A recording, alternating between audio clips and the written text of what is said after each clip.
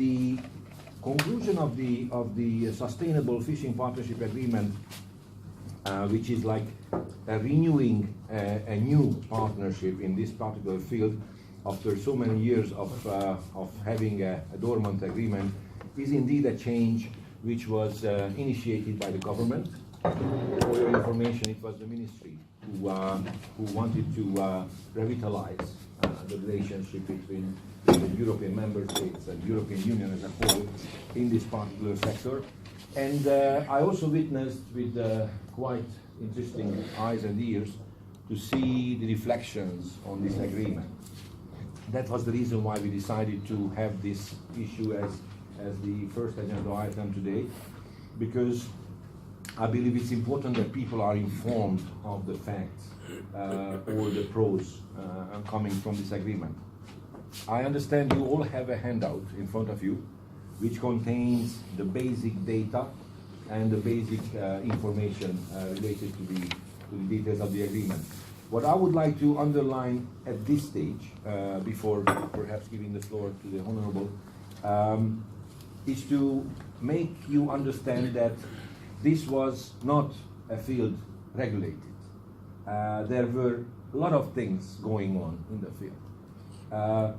I would certainly invite you not to only focus on the figures, what's in it, who pays how much, because I do believe of course it's important, but I do believe it's equally important what is the other sort of support coming from the agreement, which helps the sector to develop, which helps Gambian specificities to be maintained, to be preserved, and to be supported.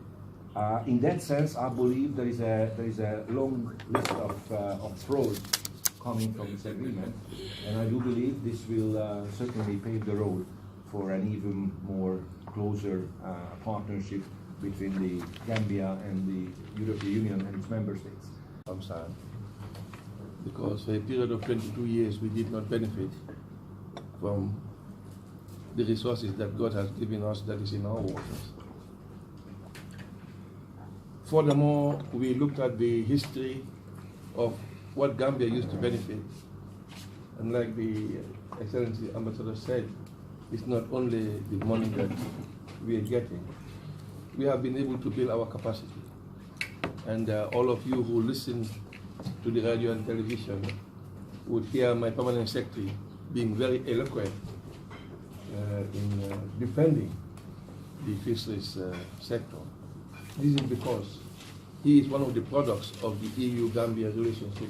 He was trained up to doctorate degree by this agreement. So you have a capacity building part in this program that really is very interesting to us, because unfortunately when we took over, most of our highly skilled people in the fisheries department have either been terminated or sacked or left the country.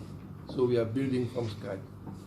So like this Excellency said, I particularly was after him for a very long time, saying, what can we do to revive this after 20 years? Now, why is this agreement a win-win situation? When you look at this agreement, first what you need to consider is, what are we selling? Gambia is surrounded by our neighbors. We have the shortest sea coast. We have only 80 miles of sea coast compared to Mauritania, Senegal, and others. When you look at the argument that the others have, you will see that Gambia is more fortunate given what is going to come out from this argument. The other thing you will look at is, what is in this argument for? We are talking about tuna, we are talking about hake. We don't eat the tuna here. We cannot taste it. Hake, most of us don't know. So this is species that will not affect the consumption of the Gambians. Furthermore, we decided that we are not going to go in for the other species like shrimps and all, because we want to have a scientific survey to know exactly what the stocks are before we go into any agreement. And that is why This agreement, you will see in the briefing that was given to you, EU will contribute 550,000. That is going to be divided into two parts. One part will be for capacity building, one part will be going to government revenue. Furthermore, the ship owners will contribute 350,000 annually. So we consider this a win-win situation. We have been trying as to how we develop our capacity. You all know the budgetary constraints that the Gambia have. At least we will have something like 15 million annually to engage with young people, to engage with women, artisanal fisheries, aquaculture, so that we can expand the industry and get more people involved, create more jobs for our young people. And this is why we consider this agreement is a win-win situation.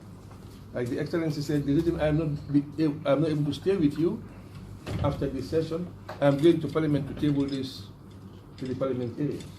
But we consider as the Minister of Fisheries and Department that this is the best agreement we have ever had since we started having agreement with the EU.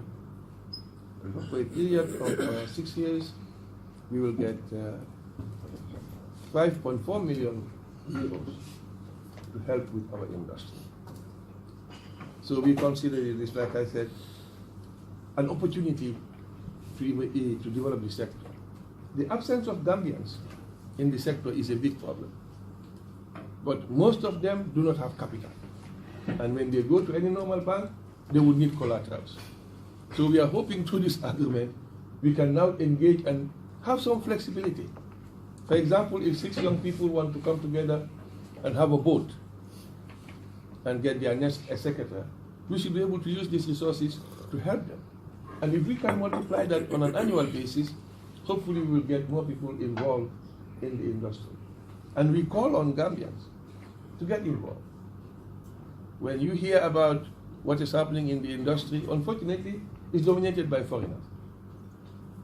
To address that, you need resources, because the foreigners have capital, which the Gambians don't have.